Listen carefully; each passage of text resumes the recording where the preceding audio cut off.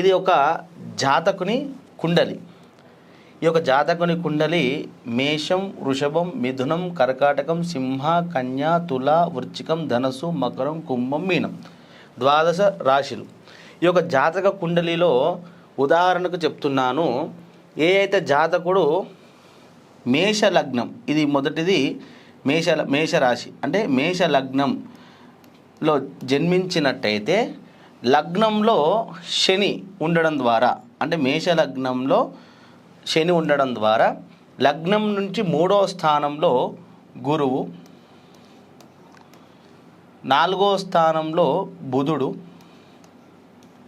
5వ స్థానంలో రవి, 6వ స్థానంలో శుక్రుడు, 7వ స్థానంలో కుజుడు, 8వ స్థానంలో చంద్రుడు, 9వ స్థానంలో రాహువు. మీకు ఇక్కడ ఇచ్చాను చూడొచ్చు.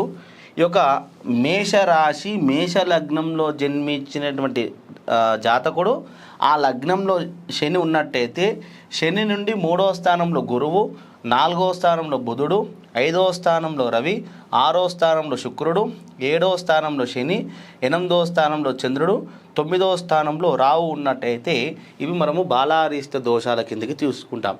ఇందులో ఈ యొక్క 9 స్థానాలలో మొదటి 3 అంటే మొదటి 3 ఉంటే ఎలాంటి ఇబ్బంది ఉండదు. ఎక్కడన్నా 3 కన్నా ఎక్కువ గ్రహాలు ఆ యొక్క లగ్న కుండలో ఉన్నట్టయితే మనం దానికి బాలారిష్ట దోషాల కిందకి తీసుకోవాలి. అలాంటి దోషాలు ఉన్న వారికి ఇందాక చెప్పిన విధంగా తరచూ ఆరోగ్య సమస్యలు వస్తుంటాయి.